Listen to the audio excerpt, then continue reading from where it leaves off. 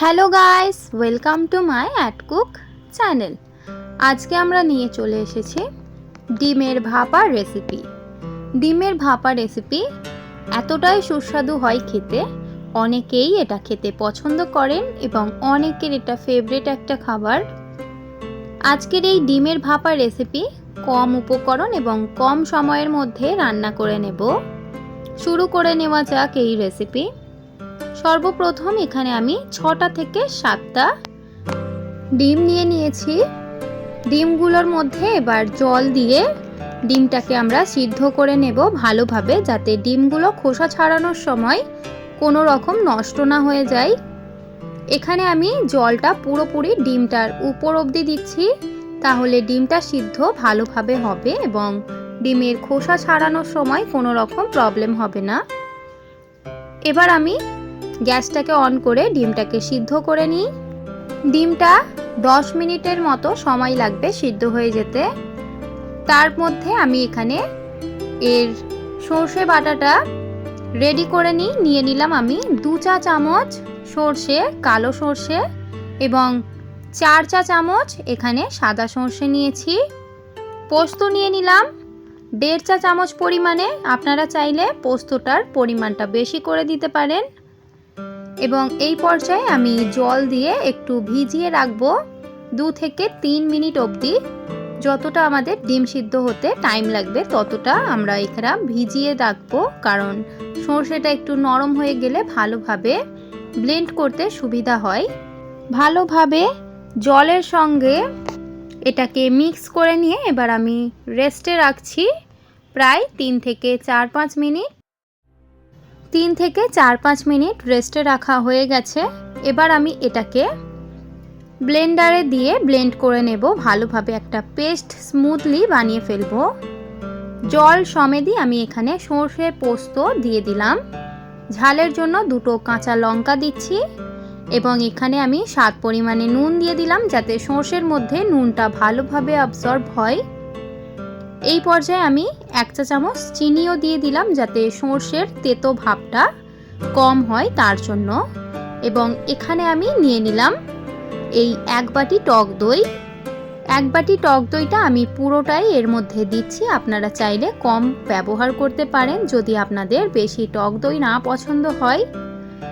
সমস্ত টক দইটা ব্লাইন্ডারের জারের মধ্যে দিয়ে দেওয়ার পর এবার ঢাকা দিয়ে আমরা ভালোভাবে স্মুথলি পেস্ট বানিয়ে একটা পাত্রের মধ্যে নিয়ে নেব।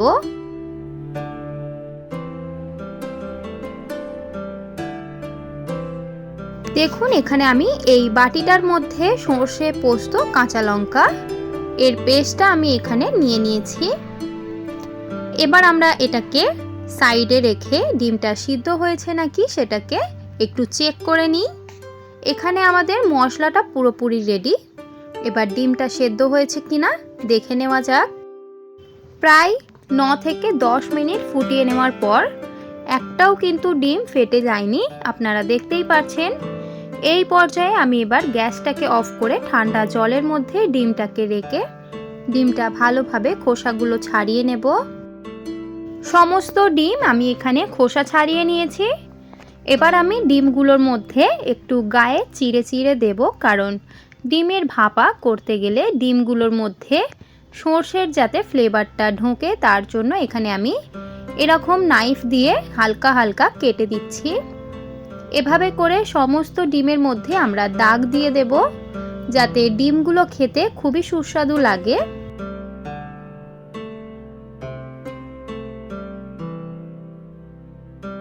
সমস্ত ডিমগুলো এভাবে চিড়ে নেওয়া হয়ে গেছে। এবার আমি ভাপা করার জন্য টিফিন বক্সের মধ্যে রেডি করে নিই। এখানে যে সর্ষে পোস্তর পেস্ট বানিয়েছিলাম সেটা আমি এখানে অল্প করে একটু দিয়ে দিলাম, যাতে নিচের দিকে সর্ষে পোস্তর ফ্লেভারটা থাকে। সর্ষে পোস্তর উপর এবার আমি সব কটা ডিম সাজিয়ে দেব একটা একটা করে।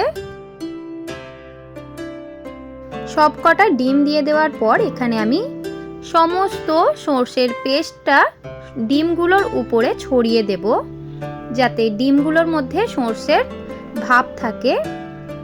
সমস্ত সর্ষের পেস্টটা দেওয়া হয়ে গেলে এর মধ্যে আমি দিয়ে দিচ্ছি 4 টেবিল চামচ সর্ষের তেল, কাঁচা সর্ষের তেল দিচ্ছি এখানে আমি। আপনারা চাইলে সর্ষের তেল যদি বেশি পছন্দ হয় তাহলে অল্প একটু বেশি দিতে পারেন, কোনো সমস্যা নেই। এবার আমি দিয়ে দিচ্ছি হালকা করে একটু হলুদ গুঁড়ো 1/2 চা চামচ পরিমাণে এবং অল্প একটু সুন্দর কালারের জন্য কাশ্মীরি গুঁড়ো লঙ্কা 1 চিমটি। এই কয়েকটি জিনিস দেওয়া হয়ে গেলে এবার আপনারা চাইলে এর মধ্যে কাঁচা লঙ্কা ব্যবহার করতে পারেন। এখানে আমি চেরা কাঁচা লঙ্কা দিইনি, কারণ বেশি ঝাল হয়ে যাবে। এখানে আমি গোটা কাঁচা লঙ্কা দিয়েছি যাতে এর মধ্যে একটু কাঁচা লঙ্কার ফ্লেভারটা আসে। কাঁচা লঙ্কা দেওয়া হয়ে গেলে এখানে আমি অল্প একটু জল অ্যাড করলাম এবং নুনটা ভালোভাবে পরিমাণ করে দেবেন। এখানে আমার মনে হলো যে নুন আর একটু দরকার, তাই আমি দিয়ে দিলাম। এবার ঢাকা দিয়ে এটাকে আমরা জলের মধ্যে ফুটতে দিয়ে দেব প্রায় 10 থেকে 15 মিনিট মতো। এখানে আমি ডিম সিদ্ধ করার বোলটাই নিয়ে নিয়েছি, তার মধ্যে অল্প একটু জল দিয়ে টিফিন বক্সটাকে আমি এখানে বসিয়ে দিলাম এবং এর মধ্যে আমি উপর থেকে হালকা করে জল দেব যাতে উপরটাও একটু ভাপ লেগে তাড়াতাড়ি আমাদের ডিম ভাপাটা হয়ে যায়। জল দিয়ে দেওয়ার পর জলটা যাতে মাথায় থাকে, যে টিফিন বক্সের মুখ অবধি যাতে জলটা না আসে ফোটার সময়, সেই অবধি আমাদের এখানে জল দিয়ে দিতে হবে। এবার ঢাকা দিয়ে আমরা প্রায় 10 মিনিট এটাকে ফুটিয়ে নিই।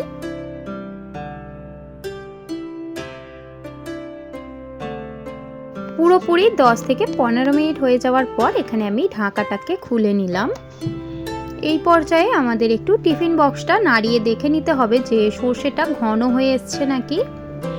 যদি সর্ষেটা ঘন হয় তাহলে টিফিন বক্সের মধ্যে কিন্তু বেশিরভাগ ডিমগুলো নড়বে না। এটা দেখেই বোঝা যাবে যে ডিম ভাপা পুরোপুরি রেডি। এবার আমি এটাকে ঢাকনা খুলে গরম গরম ভাতের সঙ্গে পরিবেশন করব। দেখে আপনারা বুঝতেই পারছেন যে ডিম ভাপাটা কতটা সুস্বাদু হয়েছে। আশা করি বাড়িতে আপনারা এভাবে করে একবার হলেও বানাবেন আমার এই পদ্ধতিতে। যদি আপনাদের এই ভিডিওটা ভালো লেগে থাকে তাহলে অবশ্যই লাইক, শেয়ার অ্যান্ড সাবস্ক্রাইব করে দেবেন। যদি আমার চ্যানেলে আপনি নতুন হয়ে থাকেন অবশ্যই চ্যানেলটিকে সাবস্ক্রাইব করে আমার পাশে থাকবেন। দেখা হবে নেক্সট ভিডিওতে। আজকের এই ভিডিওটা দেখার জন্য আপনাদের অনেক অনেক ধন্যবাদ।